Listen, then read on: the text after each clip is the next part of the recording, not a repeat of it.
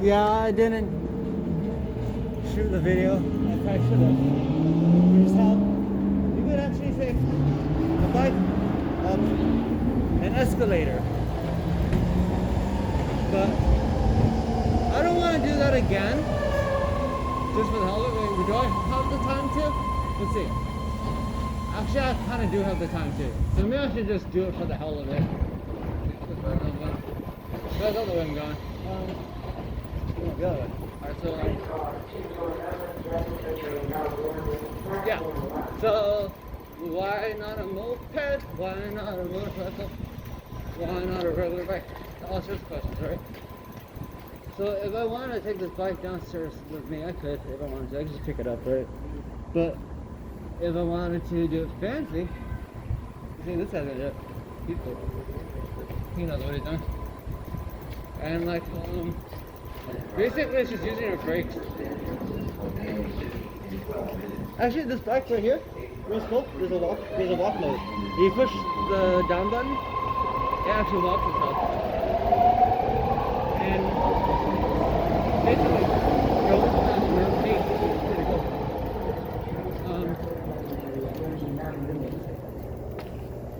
So yeah, you could take your bike down if you wanted to by lifting it. If you're, but I actually don't really want to do that because I'm lazy.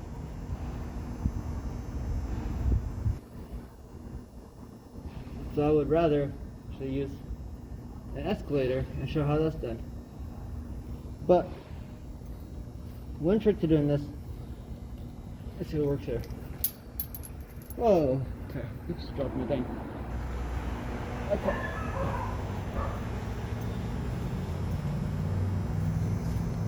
So e-bikes are actually heavier than regular bikes. So yeah, I could just carry it down, but I could also put pegs on it. And if I have pegs on it, then it must be much easier to do.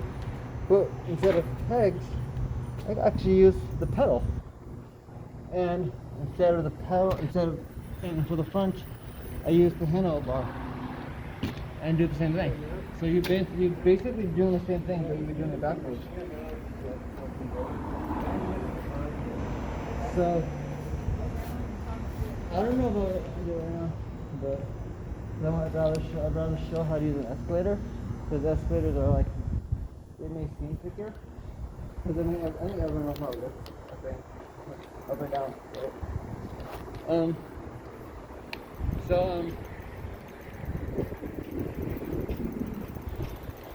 So you can ride the. It's actually why I have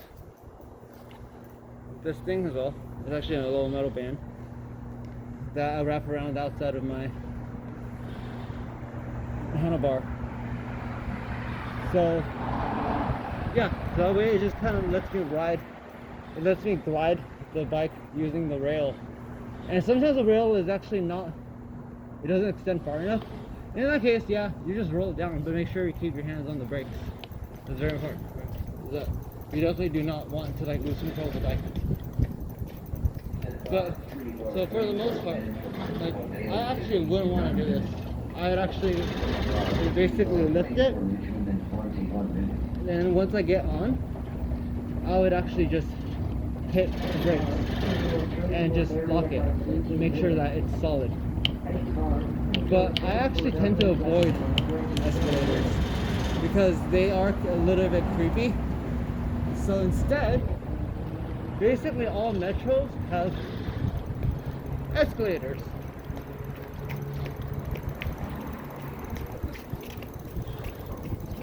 I don't know why I'm actually more like honestly scared of going down an escalator than going up, because it's kind of the same thing.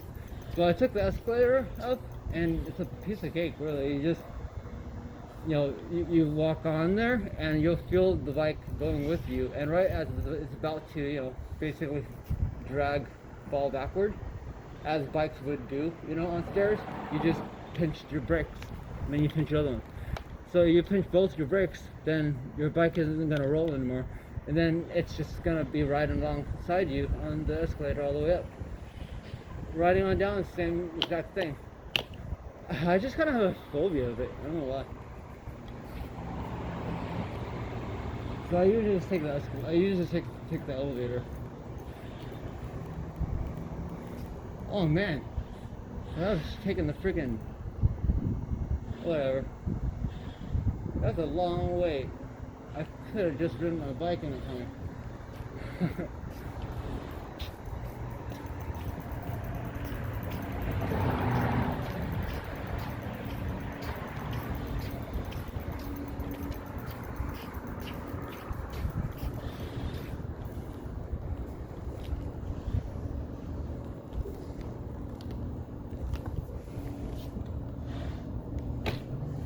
But yeah, that's like the advantage of having a bike, is that you could be basically anything that a regular pedestrian is.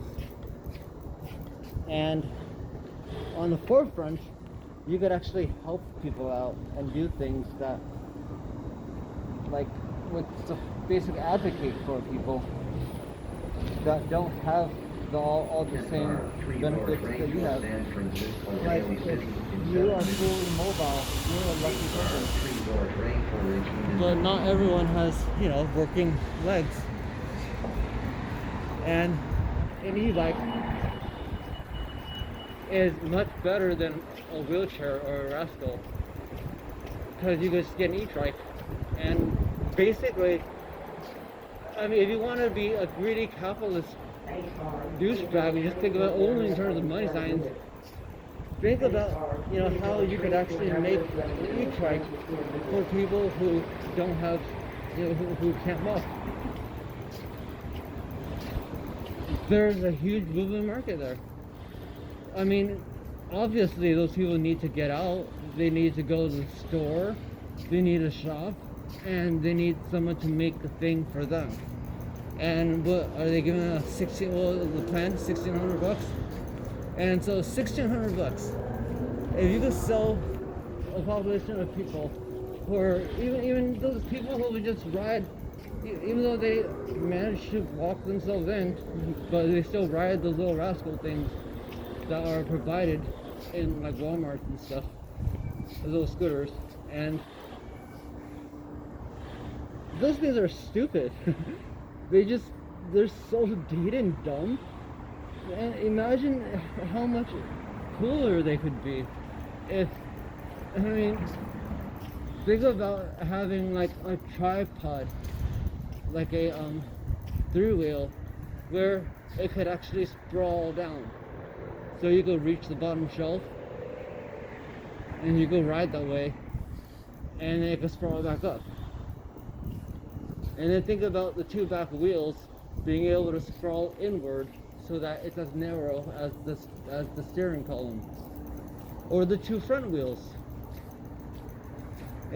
As a tripod, it's like it doesn't really matter. It just depends on how you want to build it, right? So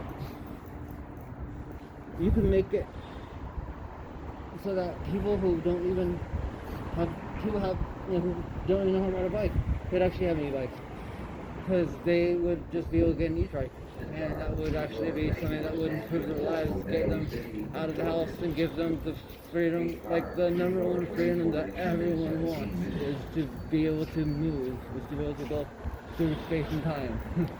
Like, more than anything else in the world.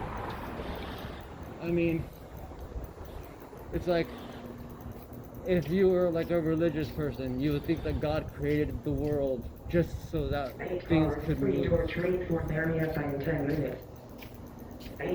If you were not a religious person, you would think the cosmology exists only so that space and time could interact and move.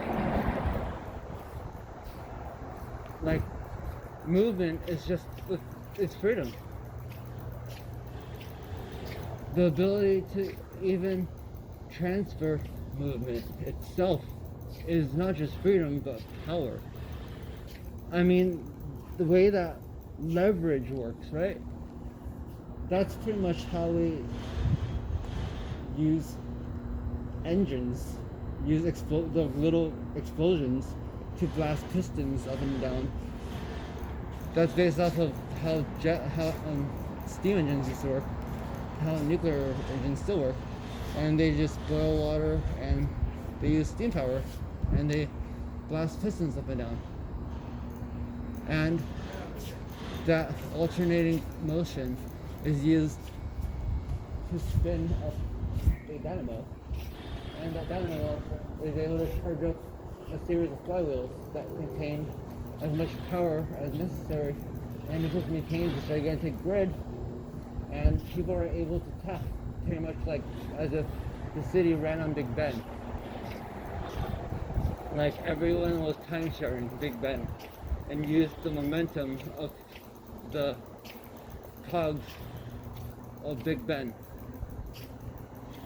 to, I guess, stamp a page of a book or something, you know? Like, that's basically what electricity is, right? It's leveraging motion. And we have the ability to reboot, the ability to change the way that we move by reinventing the bike, which was like us basically taking the concept of walking and trying to leverage it the same way that a clock leverages, the same way that, you know, like when you pull the hand, the second hand on a clock, it leverages the other hands to move slower. Whereas if you were to move the hour hand, it would leverage the second hand to move faster. So we have gear ratios and we have pedals. And pedals are just basically flywheels. They're just pretty much two pendulums that you just use one foot at a time, and you drive them in a circle. And through your gear ratios, you're able to dispense your power and sprawl it from one ratio to the other. Same way that it's the same way as you're able to use like a lever and a fulcrum to crank like a rock off of off of a cliff or something. Like Archimedes said, right? Give me a lever long enough and I'll move the world. So we invented the bike originally as a wheel that you could pedal. And it was just like this gigantic wheel called the penny farthing. It was pretty much like a unicycle but with an extra wheel. And it didn't really have any further leverage than the fact that the wheel was so large, so that the cadence of the person walking, like, you know, turning the wheel, was smaller. It took less distance than the actual wheel size actually moved. So the wheel size actually rolled and was able to cover more space than the amount of space that the person pedaling would have if he were actually just walking with the same motion. And that's, yeah, there. Chance to show off my locked brakes. So I'm gonna go ahead and just put on my bands. One side, and then the other side. The next station is Then now I put it down. There. It's actually just completely standing on its own. Just on its legs. But anyway, yeah, it's we're rebooting the bike. So once you realize that you can take, you know, with a bigger wheel, you can actually make it so like a little, like it's on the unicycle, you can go faster, you make the wheel bigger. You can actually channel the same concept, and you can actually make it so that the wheel isn't necessarily the same wheel that is touching the floor. It's another wheel, kind of like a clock. And essentially what a bike really is a clock. It's a clockwork speed. It runs on two wheels the same way that if you throw a penny, it just kind of like will roll, because it is the path of least resistance and falling would actually be it having to steer in a way that is against its natural inertia. So the penny continues to roll forward. Bikes do the same thing. As you're pedaling them, they will want to move forward. So when you push, if you were just to free push a bike on its own, it would actually steer on its own and just move forward up until it got so slow, like it slowed down so much that the weight of it would actually override the momentum of its motion, and then it would stop. It would fall. So now that we have that down, we understand the concept, we took that and made that into motorcycles and mopeds and dirt bikes and stuff like that. But now we have the e-wheel, the ability to not have to rely on combustion, to rely on something that you already have in your house, just electricity that you just plug right into your wall, and then you go refill your fuel pack. What would otherwise be something that would be a combustible, you're just instead storing right now through a chemical battery. Oh, better go. Good day. This is the Blue Line Trade Zone, Daly City. Okay, I guess I'll go on a show going downstairs. Oh, yeah, never mind. I guess that one's only going upstairs. So I might have to do it. Or the elevator. But they always have an elevator anyway. That's what's really cool about all these metros, is that they always, to be ADA, they have to have an elevator. That's how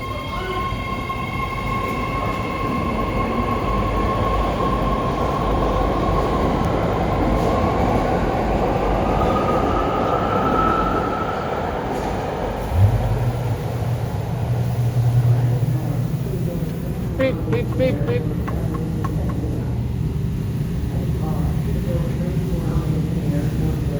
I'll go that way.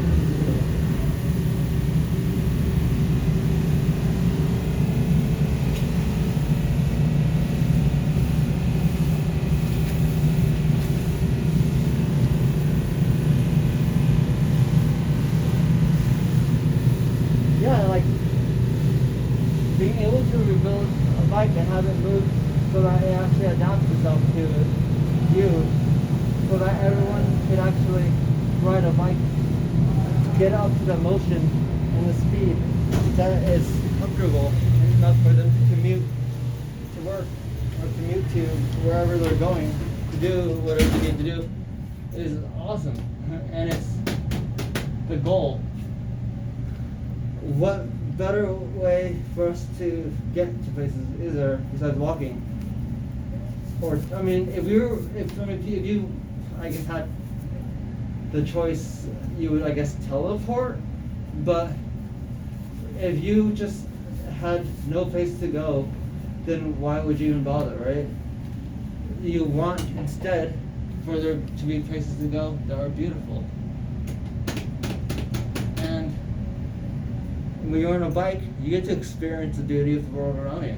You get to see everything, all the curiosities that exist, and just take it all in. You get to hear all the sounds, and you could just talk to people. Like, everyone is, hello,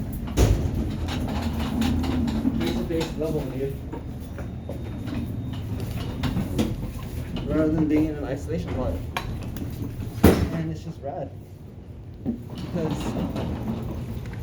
you don't feel like it's like the whole, like if when I used to drive, I mean I think everyone feels the same way, right? And that's why people have this whole dream of like cars that just drive themselves. It's like, why do you want a car that drives itself? Aren't you just admitting that you just don't want to drive?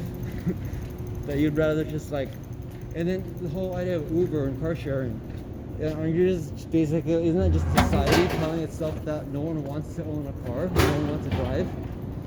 They just kind of want other people to just do it, And ultimately, what people really want is to get to their destination. But since we can't teleport, that's, at least as far as I know, the only other option is to take some form of transportation, right? Like transit. And there's a form of transit where you could actually just like build a society around. And in the last 50 years, we've done that, and we've chosen cars, and it's destroyed society. In the most recent times, we've seen a change where this next generation seems like they don't want to actually drive anymore. Like cars are no longer seen as being anything that is interesting. Like it's Generation Z is no longer like getting a driver's license is almost seen as like a sort of passport to freedom or something. And now people aren't even excited about getting a driver's license anymore. You see stuff like this because this is just as cool. Because what if instead of having to drive everywhere and just being in this isolation pod that's made so that you would just, it's designed to basically put you to sleep and to isolate you from the world, and to, it might as well be a mechanical room that has like a freaking play of lullabies to you. I mean, when you're listening to the radio, it's like, and driving down a boring road, you're mostly getting static, or a lot of people just put music, and you're just pretty much pretending like you're in like a room or something. Like you're just trapped in a room until you get to your destination. But what if like we built a society where instead of that, everything was actually around you? We did that before. Like we used to think that we had to chase summer. We had to chase springtime, or winter would chase us, and and winter would always be coming, right? So we'd circle the planet, and then we realized through stargazing that we could actually wait for springtime and summer to come back. Like clockwork, they just come back around, and we just planned, and we built our societies based off of understanding that the spring will return and winter isn't something to fear. And we even created a whole celebration where we actually celebrated the point in time when the sun was the farthest away from the earth as it would be before it would return, and the warmth of summer would be returning to our skies. Days would be longer, and people started building civilization based off of that. Based off just the understanding of that you don't have to actually chase seasons. Seasons will come to you. And what if we built societies where you don't have to chase things anymore? Like you don't have to chase a car behind you. Or sorry, you don't have to like be basically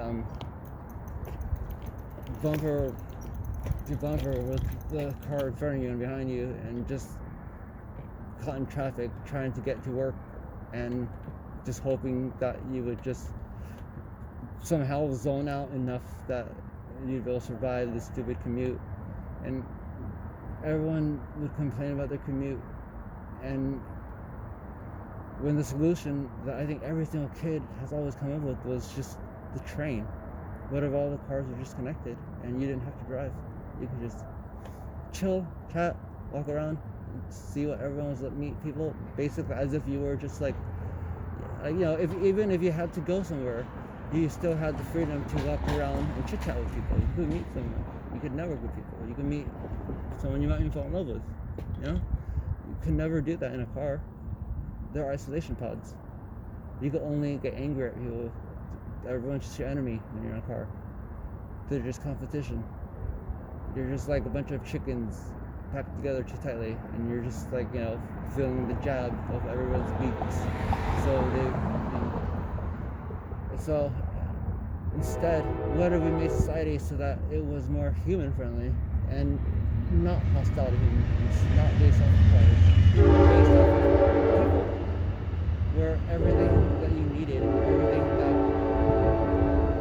kept society going, which is, when it all comes down to it, human want, what we want, was just based off of space and how it was built around you.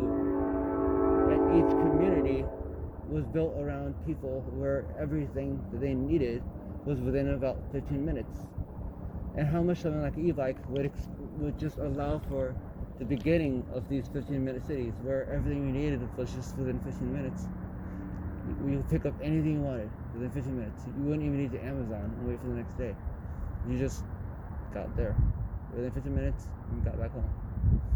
And that's something we could do. We did the exact opposite when we created the highway system. We deliberately moved the cities away from the suburbs, and we made the suburbs basically the gastrointestinal tract and anus of the assembly line. And it was great for door-to-door salesmen and keeping up with the Joneses and making sure to keep everyone in line with, like, Gladys and homeowners associations, and the TV basically teaching everyone how to be a suburbanite and teaching people how to, be cultural and normal or whatever. But what if we just stopped following that example? What if we just stopped caring to chase these dreams that were never even things that we ever chose? We never voted on, we never wanted, we never even created. It just was created already and presented to us as if it was this thing that we were supposed to want. Around me, I know enough people to rebuild a whole entire civilization. Like, I know that. Like, I know enough people on my phone that if we needed to rebuild a civilization from scratch, we could do it. It would take time and effort, but we could do it. We all have skill sets to do that. And among that is like so many things. But root to all that is transportation, being able to move things around. Like, how do you build even like a house, right? You have to be able to move things around. How do you build, how do you lift things up? You need some sort of leverage system with the pulley and everything to be able to get, to be able to clamp and then hoist the lumber up and build a second story, etc. All that is really based off of the same mechanics as a bike. But to electrify that is to basically electrify everything else from there on up. And the e-bike is pretty much the beginning of the type of cities that we should want.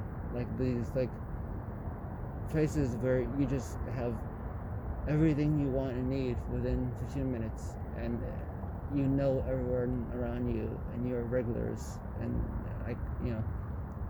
it's like the theme song to Cheers or something. And then every so often, when you wanted to, you could just visit a neighboring community or the next community, travel around, and just wherever you are, you're still in a place where everything you need is within 15 minutes. What if we just did that? We have so much space where you would actually just die if you didn't have a means to transport yourself around. There's literally food deserts where they only have one store, Tops, the only place where the racist asshole decided to kill a bunch of people. It was a food desert, and a food desert is a place where it's been so degentrified, so redlined, that they don't even have a freaking shopping market that has fresh produce. So they can't even get food that's fresh. So they have to live on things processed food just to survive. And that's very, very terrible. And the thing is that zoning is what makes it that way. That was deliberate. And we could turn that around. We could actually make it so that suddenly we are actually now free to actually go wherever we want. Because everything we want is actually on the way to wherever we're going. And the way that we're getting there is just, rather than wars for oil, just based off of green energy, which is like based off of just tapping the Earth's natural emotions. Like, well, what did Nikola Tesla do when he was commissioned to power the World Fair? He tapped the motion of Niagara Falls, and he proved the concept of AC power by using Niagara Falls and creating these turbines that use the Bernoulli principle of just like these flat metal discs that the water would just roll over and roll through. And they proved to be so powerful and so effective that not only did they, they worked with like a shit ton of electricity and it powered the World Fair, but they worked too well. They were too foolproof. Just like Nikola Tesla's light bulb, his was just basically a cork. You just stick it straight in. Like, all you do is it's really easy, right? Contact point inside, contact point top, and then you just push it in, just like a headphone jack. But instead, we went with Edison's idea for the light bulb, where you have to twist it because it needs to be something stupid. It needs to be something complicated, and that twisting mechanism made it so that you can actually like make your own light bulbs. Because Nikola's idea, anyone would be able to replace the filament, but Edison's idea, you'd actually have to like get the brass out of the winded mechanism. It's locked in there, so you couldn't replace the filament once it's burnt out. So you'd have to actually, it was called the Phoebus cartel. Look it up. So they actually were able to create a cartel, so people would have to keep changing light bulbs. And it's still that way to this day.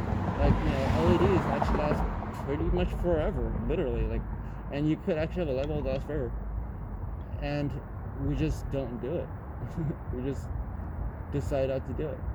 And energy in itself, like when he made the discs that run, that would tap Niagara Falls by using just the flow of water through the discs, they changed them to rotors instead, because rotors break down. They don't work as well. They work, and they're harder. They're not something you can't repair them. So eventually you have to just replace them. But we could actually go back to using like Nikola Tesla's design of using discs.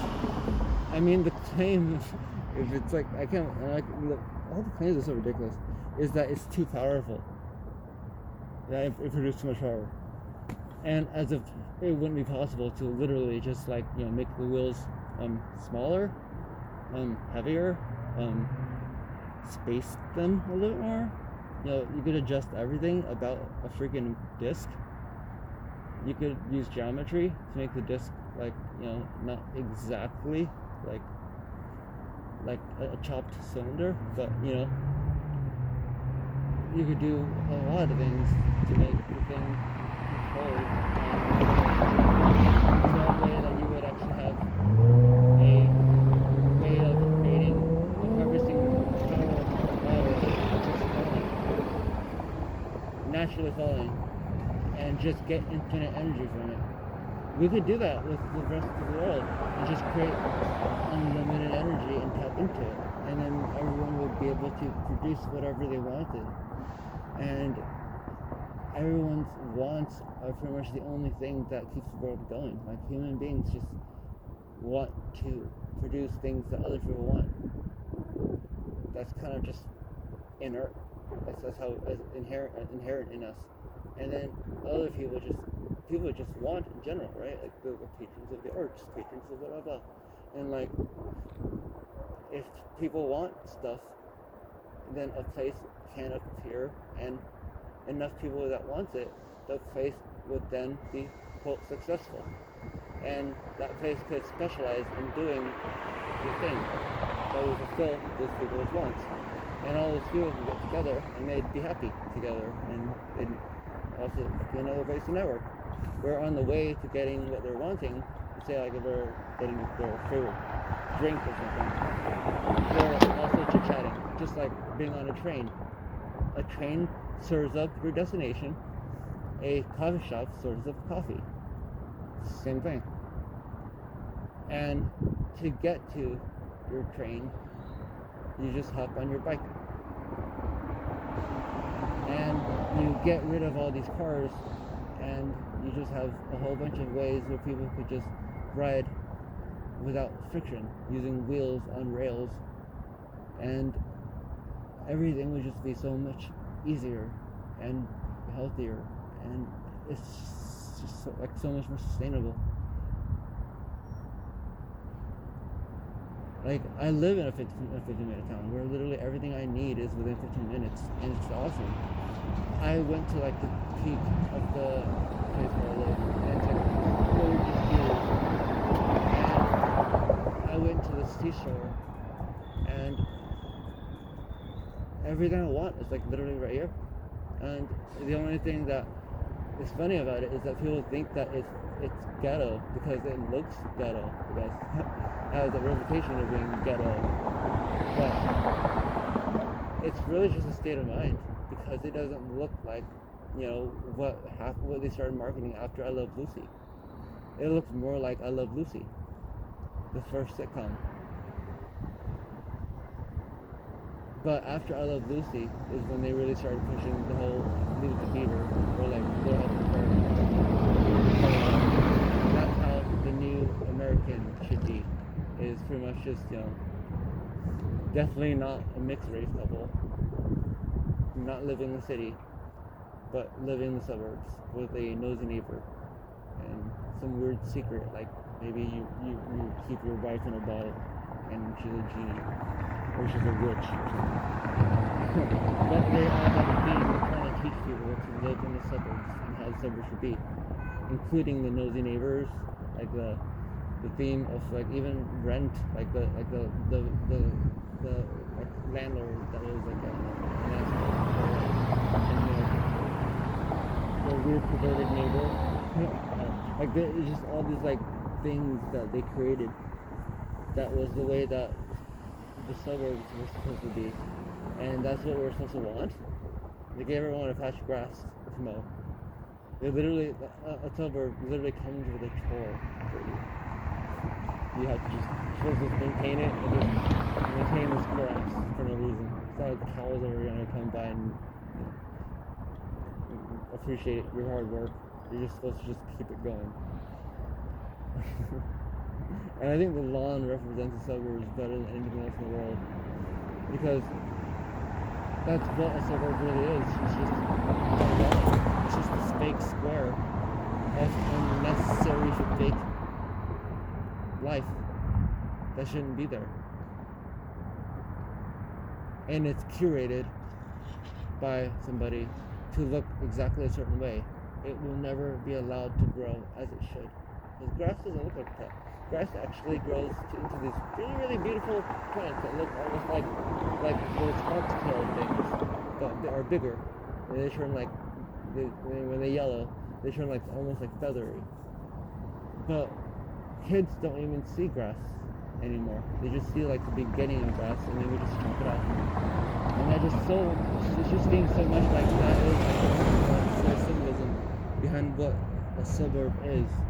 It's just preventing nature from being by not allowing people to see progress, to see where things could go, and how diverse things really are. Anyway, well, thanks for following me on the ride, and go e-bikes.